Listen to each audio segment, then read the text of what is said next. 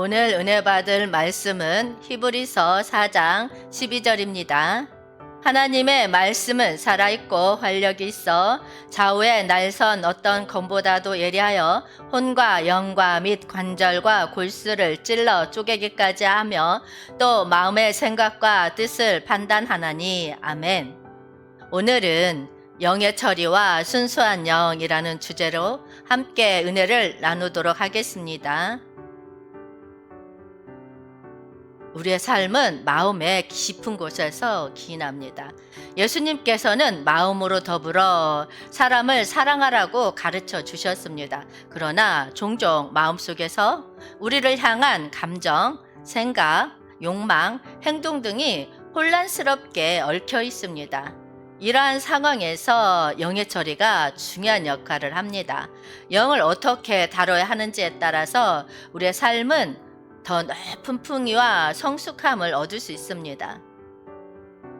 이러한 영의 처리에서 가장 중요한 것은 순수한 영을 유지하는 것입니다. 순수한 영은 하나님과의 관계에서 비롯된 성스러운 특성을 갖춘 영입니다. 순수한 영이 존재할 때 우리의 판단과 선택, 행동이 하나님의 뜻과 일치하게 되며 우리의 삶은 하나님의 영광을 반영하게 됩니다. 오늘의 이러한 영의 처리와 순수한 영의 중요성에 대해서 더 깊이 이해하고 우리가 각자가 하나님의 말씀에 따라 순수한 영을 유지하며 어떻게 변할 수 있는지에 대해서 고민해 보고자 합니다. 이러한 내용을 통해서 우리는 더욱 성숙하고 완전한 영적 삶을 지향할 수 있을 것입니다. 어떤 한 목사가 글래스고에서 열심히 5개 집회를 하고 있었습니다. 설교의 마지막에 결론을 낼 때쯤 한 불신자가 앞으로 나와 말했습니다. 목사님, 나는 천국과 지옥, 하나님과 그리스도를 믿지 않아요. 나는 그런 것들을 본 적이 없어요. 이에 목사님은 믿음에 대한 비유를 통해서 응답했습니다. 옆에 검은색 안경을 낀 소경이 앞으로 나와 말했습니다. 이 근처에 클라이드 강이 있지만 나는 믿지 않아요. 여기 많은 사람들이 서 있지만 나는 그들을 본 적이 없어요. 나는 맹인으로 태어났거든요. 이 비유는 명확한 의미를 가지고 있습니다. 그것은 영적으로 맹인인 사람들이 하나님의 영을 보고 깨닫지 못하는 것과 같다는 것입니다. 이런 경우 성경은 육에 속한 사람은 하나님의 성령의 일을 받아들이지 아니하나니 저희에게는 미련하게 보임이요 또 깨닫지도 못하나니 이런 일은 영적으로라야 분별함이니라 라고 말하고 있습니다. 이 이하를 통해서 우리는 영적으로 깨어있는 눈을 갖고 하나님의 일을 이해하는 것이 얼마나 중요한지를 깊이 생각해 볼 수 있습니다. 먼저 우리는 영의 정의와 의미를 살펴보아야 합니다. 영은 단순히 육체적인 부분을 넘어서 영적인 차원에서의 존재를 나타냅니다. 성경에서는 인간이 갖는 다양한 측면 중 하나로 언급되며 심지어 하나님과의 교감이 이루어지는 것으로도 강조됩니다. 히브리서 4장 12절 말씀은 이 구절은 하나님의 말씀이 우리의 영과 심령을 깊이 파고들며 우리의 내면을 정화하고 심판한다는 힘있는 역할을 강조하고 있습니다. 또한 하나님의 말씀이 살아있다는 하나님의 말씀은 삶과 영원한 생명을 지니고 있으며 우리에게 그 생명을 전하고자 합니다. 이는 우리가 하나님의 성령의 인도하에 끊임없이 살아가는 삶의 비밀이자 깊은 의미를 담고 있습니다. 여기서 중요한 점은 하나님의 말씀이 뭐한 것이 아니라는 것입니다. 우리의 말과는 달리 하나님의 말씀은 헛되지 않으며 그 안에는 능력과 생명이 넘쳐 흐릅니다. 우리는 이 말씀에 응답하여 성령의 인도하에 삶을 살아가야 합니다. 이러한 말씀을 통해 우리는 우리의 영이 참된 자아의 깊이와 순수성을 갖출 수 있다는 희망을 얻을 수 있습니다. 하나님의 말씀은 우리의 영을 통해 우리 안에 깊은 곳까지 들어가 숨겨진 것들을 드러내고 정화합니다. 이는 우리가 하나님의 은혜와 사랑에 더 깊이 뿌리내리며 참된 영적인 성장을 이룰 수 있게 합니다. 영의 처리는 우리의 내면을 하나님의 말씀과 그의 성령으로 정화하는 과정입니다. 이것은 영적으로 깊이 돌아보고 변화하며 하나님의 뜻을 따르기 위한 과정을 의미합니다. 우리의 영이 어떻게 다뤄지느냐가 우리의 행동, 태도, 그리고 믿음에 큰 영향을 미칩니다. 로마서 12장 2절 말씀에서 너희는 이 세대를 본받지 말고 오직 마음을 새롭게 함으로 변화를 받아 하나님의 선하시고 기뻐하시고 온전하신 뜻이 무엇인지 분별하도록 하라. 아멘. 라고 말씀하고 있습니다. 이 말씀에서 사도 바울이 우리에게 주는 두 가지 중요한 지시를 발견합니다. 첫 번째는 이 세대를 본받지 말라라는 부정적인 명령, 두 번째는 마음을 새롭게 함으로 변화를 받아 하나님의 선하시고 기뻐하시고 온전하신 뜻이 무엇인지 분별하도록 하라라는 긍정적인 명령입니다. 사도 바울은 우리에게 이 세대의 가치에 동화되지 말라고 경고하고 있습니다. 현 세대의 가치 체계는 일시적이며 변화하는 것이기 때문에 이에 무비판적으로 순응하는 것은 우리의 믿음과 일치하지 않습니다. 그리스도인으로서의 우리는 영원하고 불변하는 하나님의 가치를 따라가야 합니다. 사도 바울은 세대적 가치에 무비판적으로 동화되지 말라는 경고와 함께 우리의 마음을 새롭게 하여 하나님의 뜻을 분별하도록 권고하고 있습니다. 마음의 새로움은 그리스도 안에서의 새로운 삶, 변화된 사고, 그리고 신령한 지혜를 의미합니다. 우리가 마음을 새롭게 하여 하나님의 뜻을 향해 변화를 받으면 그리스도의 선하시고 기뻐하신 뜻을 분별할 수 있습니다. 이 세대에 본받지 말라는 경고와 마음을 새롭게 함으로써 하나님의 뜻을 분별하라는 경고는 우리에게 큰 도전을 제시합니다. 이 도전은 현대사회의 가치에 무비판적으로 순응하지 않고 오히려 하나님의 뜻을 따르며 변하는 삶을 살아가라는 것입니다. 우리가 영의 처리를 통해서 하나님의 말씀에 순종하고 순수한 영을 향해 나아간다면 우리의 내면에서 성령의 열매가 풍성하게 맺어질 것입니다. 그리고 우리의 행동과 말씨는 하나님의 영광을 반영할 것입니다. 영이 나오는 것이 영의 순수성을 강조하는 것은 우리가 하나님의 성령과 조화롭게 거룩하게 살아가기 위한 필수적인 관계입니다. 그러면 갈라디아서 5장 16절 말씀을 통해서 영의 처리 방법과 자진하여 영의 처리를 통한 변화에 대해서 알아보고자 합니다. 또한 십자가의 중요성에 주목하여 우리의 믿음이 어떻게 영의 처리와 결합되어 변화를 이끌어내는지 살펴보겠습니다. 갈라디아서 5장 16에서 17절 말씀 보겠습니다. 내가 이르노니 너희는 성령을 따라 행하라. 그리하면 육체의 욕심을 이루지 아니하리라. 육체의 소욕은 성령을 거스르고 성령은 육체를 거스르나니 이들이 서로 대적함으로 너희가 원하는 것을 하지 못하게 하려 함이니라. 아멘. 바울은 내가 이르노니 너희는 성령을 따라 행하라 라고 강조하고 있습니다. 여기서 성령을 따라는 하나님의 영, 성령을 따르며 행동하라는 의미입니다. 이는 성령에 속하고 그의 인도를 따라서 삶을 살아가라는 권면입니다. 사도 바울은 계속하여 육체의 욕심과 성령의 뜻이 서로 대립한다고 설명하고 있습니다. 육체의 욕심은 육체의 욕망과 육정을 의미하며 성령의 뜻과 대립합니다. 이 둘은 서로 다른 영역에서 온 영향력을 가지고서 우리가 행하고자 하는 것을 막는 역할을 합니다. 사도 바울은 육체의 소욕은 성령을 거스르고 성령은 육체를 거스르나니 이 둘이 서로 대적하므로 너희가 원하는 것을 하지 못하게 하려 함이니라 라고 말합니다. 여기에서 대적함은 서로 상반된 힘을 가지고 서로의 영향을 제한한다는 의미입니다. 즉 성령과 육체는 극단적으로 대립하는 세력으로 작용하며 이로 인해 우리가 원하는 대로 행하지 못하게 된다는 것입니다. 이 말씀을 통해서 우리는 성령을 향한 순종이 육체의 소욕을 이기는 핵심이라는 교훈을 얻습니다. 우리의 삶에서 성령의 인도에 순종하면서 육체의 욕심을 제어하고 극복하는 일은 영적 성장과 교화의 과정에서 중요한 부분입니다. 성경은 우리에게 두 가지 강력한 원리를 전합니다. 첫 번째로는 사도 바울은 우리의 삶에서 성령과 육체가 서로 대립한다고 말합니다.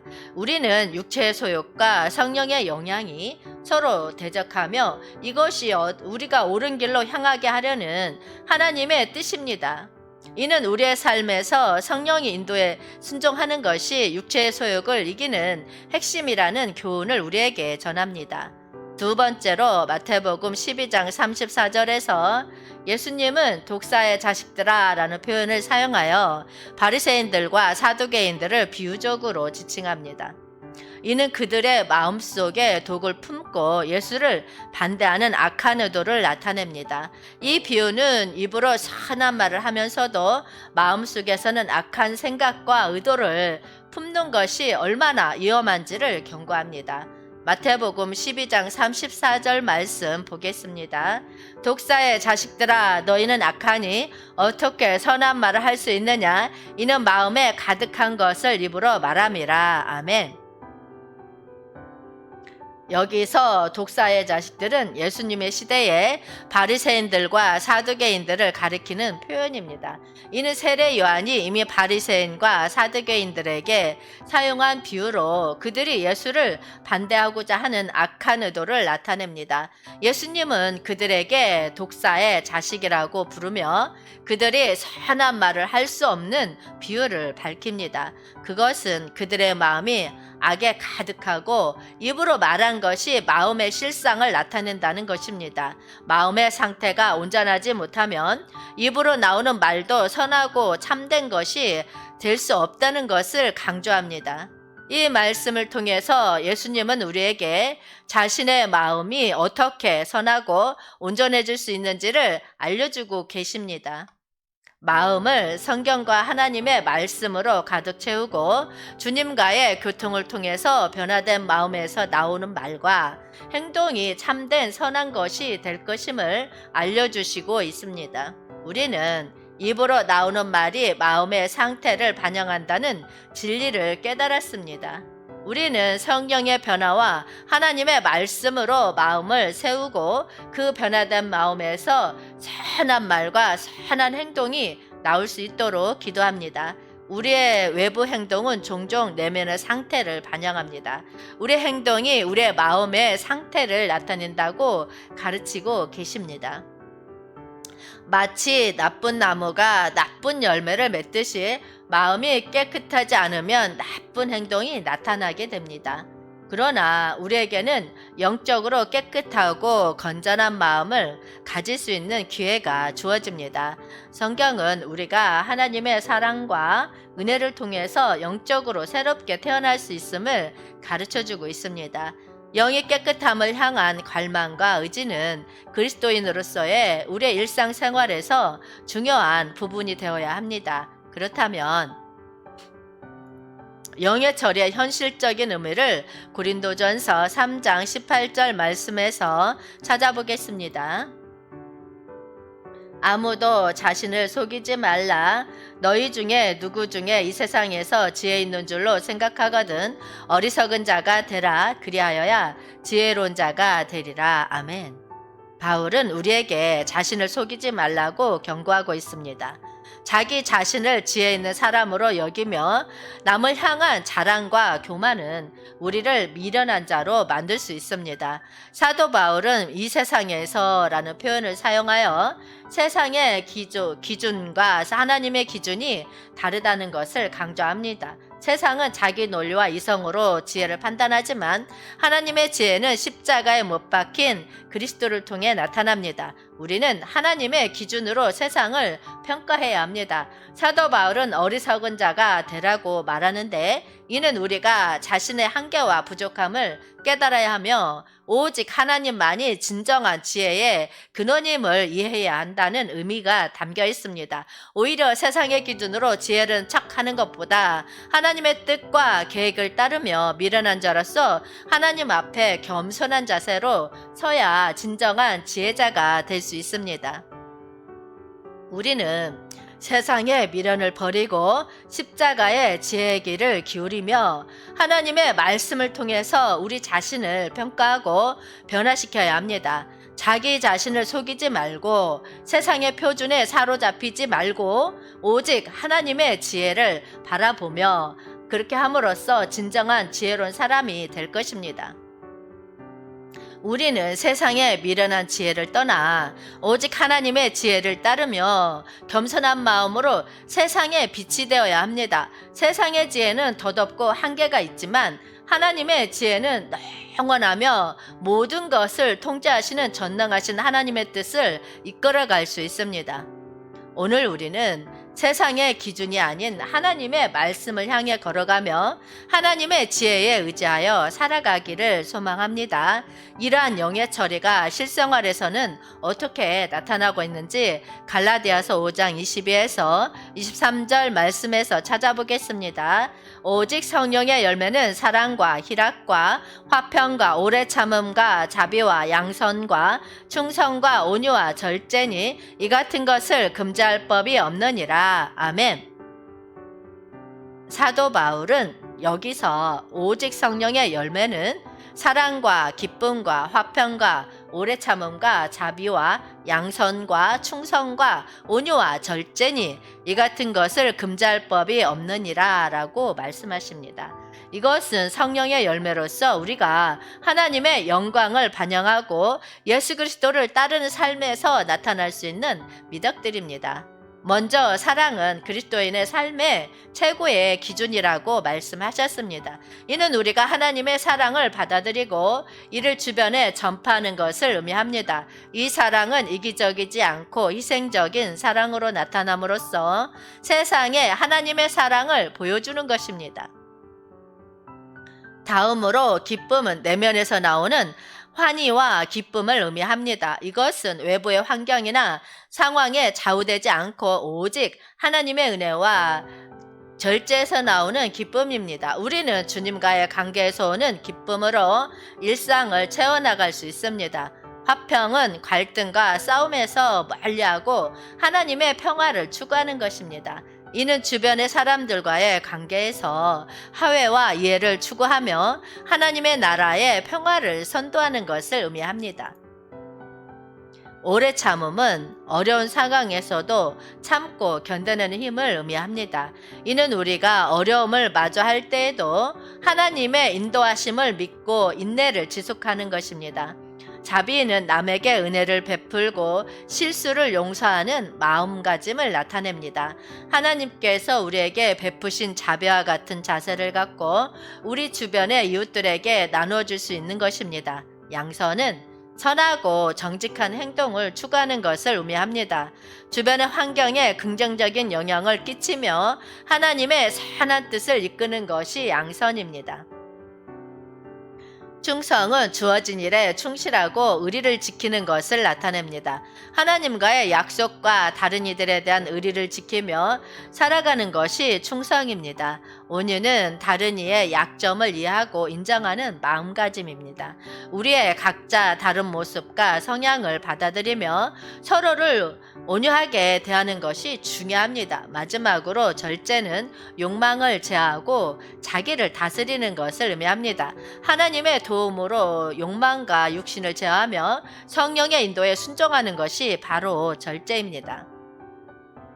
사도 바울은 이것들을 성령의 열매로 규정하면서 이러한 덕목들을 가진 사람을 하나님의 나라에 속해 있다고 말씀하십니다. 율법은 이러한 믿음들을 강요하거나 제어하지 않습니다. 이는 성령의 역사로 나타나는 결과이며 우리가 성령의 인도를 받아들이고 순종할 때 나타나는 열매입니다. 그러므로 우리는 성령의 열매를 통해 하나님의 영광을 나타내고 주변의 이웃들에게 하나님의 사랑과 은혜를 전파할 수 있습니다. 이 성령의 열매를 향한 우리의 노력과 기도가 하나님의 나라를 선도하는 아름다운 열매로 이어지기를 기도합니다.